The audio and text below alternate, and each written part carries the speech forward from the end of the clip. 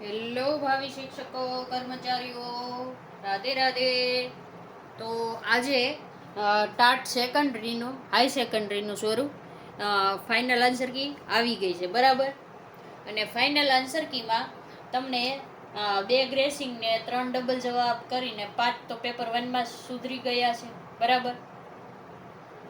Paper 1માં સુધરી ગયા છે અને બાકી વિષયવાર જેટલા તમારે સુધારા વધારા થયા હોય એ અલગ છે. આ બધાની ગણતરી કરી અને બધાને એમ ખબર છે કે એને ટોટલ માર્ક કેટલા આવવાના છે. તો આજે આપણે મેન્સની તૈયારી કરવી કે નહીં ને એની કમેન્ટ આપણે બહુ આવે છે. જો ઘણા પૂછે છે કે મેડમ મારે 68.75 છે, ઘણા એમ કે 68.60 છે, બરાબર. ઘણા તો 1 તો 2 નો મેસેજ હતો આટલા માર્ક છે. તો મારે મેન્સની તૈયારી કરવી કે નહીં, શું કરવું? તો આપણે આને મિત્રોને કહેવાનું કે જો તમે આટલા લગીન હોય ને તો અત્યારે તમે મેન્સની તૈયારી ચાલુ કરી દીજો. શું કામે આમ કહું છું? કારણ હજી કટ ઓફ આવ્યું નથી, બરાબર. કટ ઓફ આવ્યું તો કંઈ નથી એનું, બરાબર. તો શિક્ષકોની જેટલી ભરતી કરવાની છે એનાથી 6 થી 7 ગણાને તો તમને એક્ઝામ દેવા દેશે જ. એટલે કટ ઓફ ક્યારે આવશે? જ્યારે હવે ફાઇનલ ખબર પડશે કે કેટલા પાસ થવાના ને કેટલા નહીં, બરાબર. કેટલા ભરવાના એ પ્રમાણે કટ ઓફ જાહેર કરશે. અને કટ ઓફ છે ને તમારું, બરાબર, એ આવતા વીકમાં આવી જશે.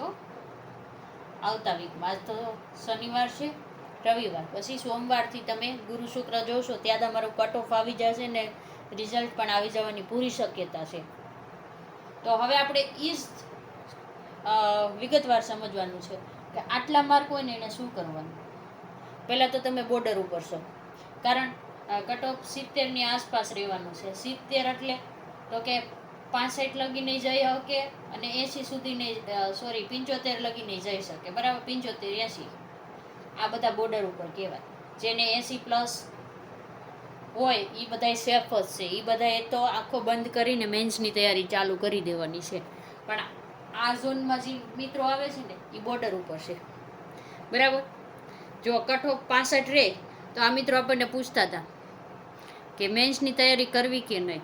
જો તમે અત્યારે કટ ઓફની રાહ જોઈને બેઠા રહ્યો તો તમારી પાસે 8 થી 10 દિવસનો સમય છે, એ તમારો ચાલે. તો આના માટે શું કરાય? પ્લાનિંગ બનાવવું પડે પ્રોપર, કે તમારે તૈયારી કઈ રીતે કરવી. હવે જે મિત્રોએ ટાટ હાઈ સેકન્ડરી આપી છે ને એણે ટાટ સેકન્ડરી તો આપી જઈ છે, બરાબર. ટાટ સેકન્ડરી તો આપી જઈ છે. શું કામ આમ કહું છું? કારણ આ એક્ઝામ કોણ દઈ શકે? MA BEd હોય, બરાબર. BEd વાળા દઈ શકે. અને ટાટ કોણ દઈ શકે? તો કે BEd વાળા. તો જેણે MA BEd કર્યું હોય એને ટાટ સેકન્ડરી દીધી જ હોય, બરાબર. અને ટાટ સેકન્ડરીનું પેપર પણ તમે પ્રોવિઝનલ આન્સર કે આવી ગઈ છે એટલે તમે સોલ્વ કરી લીધું હોય છે. તો તમને ખબર છે કે ટાટ સેકન્ડરીમાં તમારે કેટલા માર્ક આવવાના. જો એના મેન્સમાં તમારો વારો આવી જવાનો હોય, બરાબર, એમાં પણ 70ની આસપાસ તમારા માર્ક થતા હોય, બરાબર, તો એમાં પણ કટ ઓફ 70ની આસપાસ રહેવાની પૂરી શક્યતા છે. તો તમારે શું કરાય આમાં?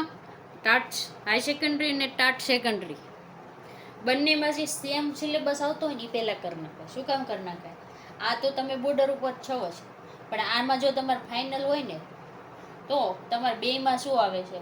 પહેલાં તો ગુજરાતી, મારા ખ્યાલથી લગભગ થોડું જાજુ ફેર હશે 100 માર્કનું, બરાબર. બાકી બેને સેમ છે. તો અત્યારે તમારે શું કરાય? પહેલાં તમારે બેમાં જે કોમન છે ને એ કરવા મળે. જો તમારું ટાટ હાઈ સેકન્ડરીમાં તમે બોર્ડર ઉપર છો અને ટાટ સેકન્ડરીમાં તમે તમારે ફાઇનલ 70 ઉપર થાય છે, તો પહેલાં શું કરાય? ગુજરાતી કરી નાખાય. જો ઘણા એમ કહે છે મેડમ તમે વિષય વસ્તુ કેમ નથી કહેતા? વિષય વસ્તુ એટલા માટે નથી કહેતી કે તમારે અહીં વિષય વસ્તુ છે ને, જો તમારે ટાટ HS હોય ને હાઈ સેકન્ડરી તો તમારે ટેક્સ્ટ બુક કઈ કરવાનું હોય? 11-12 ધોરણની, બરાબર, ધોરણ. પણ જો તમારે ટાટ સેકન્ડરી હોય તો તમારે ટેક્સ્ટ બુક કઈ કરવાનું હોય? 9 ને 10 ધોરણની.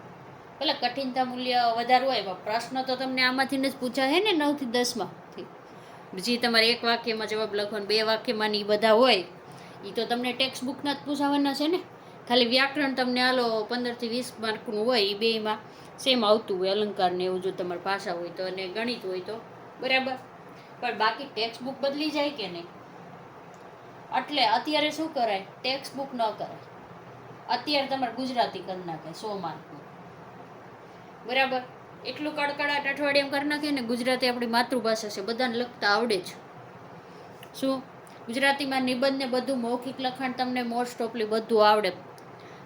સંક્ષેપ્તિકરણ છે, ચર્ચાપત્ર છે, પછી નિબંધ લેખન છે, બધું આવડે. ખાલી તમારે મેઇન ટોપિક ક્યાં કરવાનું રહે, આમાં વ્યાકરણ પૂછાતું હોય ને એ.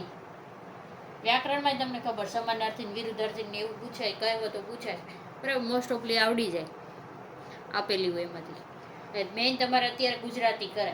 8-10 દિવસમાં ગુજરાતી થઈ જાય ને, ત્યાં આવતા વીકમાં કટ ઓફ જાહેર થઈ જાય એટલે તમને ફાઇનલ ખબર પડી જશે કે તમે મેન્સ દેવાના છો કે નહીં.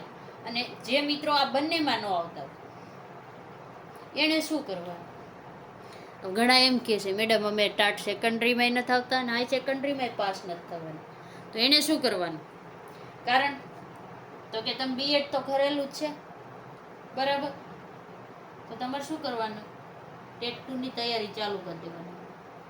તૈયારી ચાલુ કરી દો. શું કામ એમ કહું છું કે આપણે પહેલાં પણ કીધું હતું કે ટેટ 2 ની એક્ઝામ ક્યારે આવવાની શક્યતા છે. ટેટ 2 જો ઓગસ્ટમાં એની નોટિફિકેશન આવી શકે. ઓગસ્ટમાં નોટિફિકેશન એટલે કે તમારું ફોર્મ ભરવાનું એવું ચાલુ થઈ શકે જુલાઈના એન્ડમાં અથવા ઓગસ્ટમાં. અને ટેટ 2 ની સપ્ટેમ્બરમાં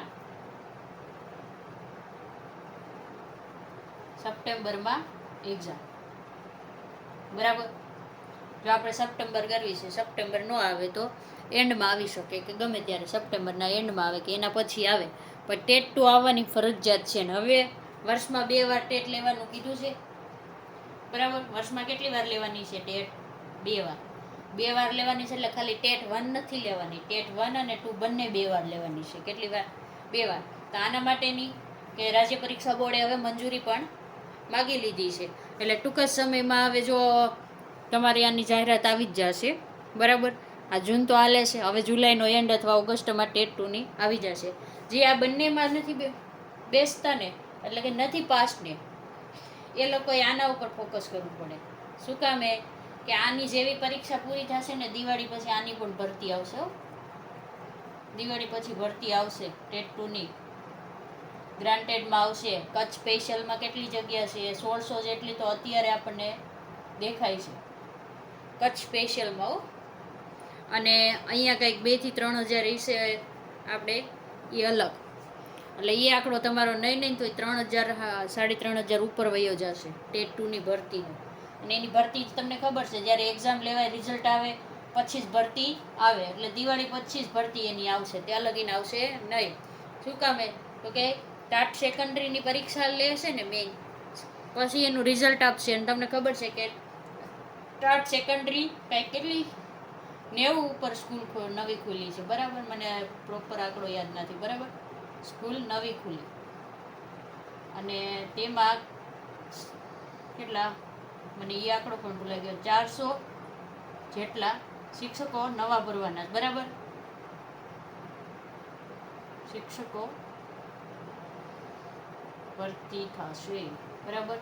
શું કામ? નવી સ્કૂલ ખુલે એટલે શિક્ષક હોય નહીં. 10 સ્કૂલ તો ખાલી વાવથરા તાલુકામાં જ ખુલવાની છે, જો તમે ન્યૂઝ જોયા હોય તો, બરાબર. તો હવે તમારે શું કરવું તમને પ્રોપર ખબર પડી ગઈ છે. આમાં બંધ બેસતા નથી તો ટેટ 2 ની તૈયારી ચાલુ કરી દો. ટેટ 2માં તમારો મેઇન વિષય 75 માર્કનો હશે. અને મનોવિજ્ઞાન ને બાળ સાહિત્ય ને ગુજરાતી ને ઇંગ્લિશ ને રિઝનિંગ ને બધું હશે 75 માર્કનું. એમ કરીને તમારે 150 માર્કનું પેપર હશે. એમાં માઇનસ પદ્ધતિ હોતી નથી, એટલે તમને એ પણ બેનિફિટ રહેશે, બરાબર. જો તમને આ વિડીયો સારો લાગ્યો હોય તો લાઈક કરી દો, ચેનલને સબસ્ક્રાઈબ કરી દો. અને જે મિત્રો કમેન્ટ કરે છે ને એ આ વિડીયો જોઈ લીધો જરાકો, કારણ આપણે કમેન્ટમાં એક એકના જવાબ આપી શકતા નથી, એટલા માટે જ આ વિડીયો બનાવેલો છે. અને તમારા મિત્રોને શેર કરી દેજો. રાધે રાધે.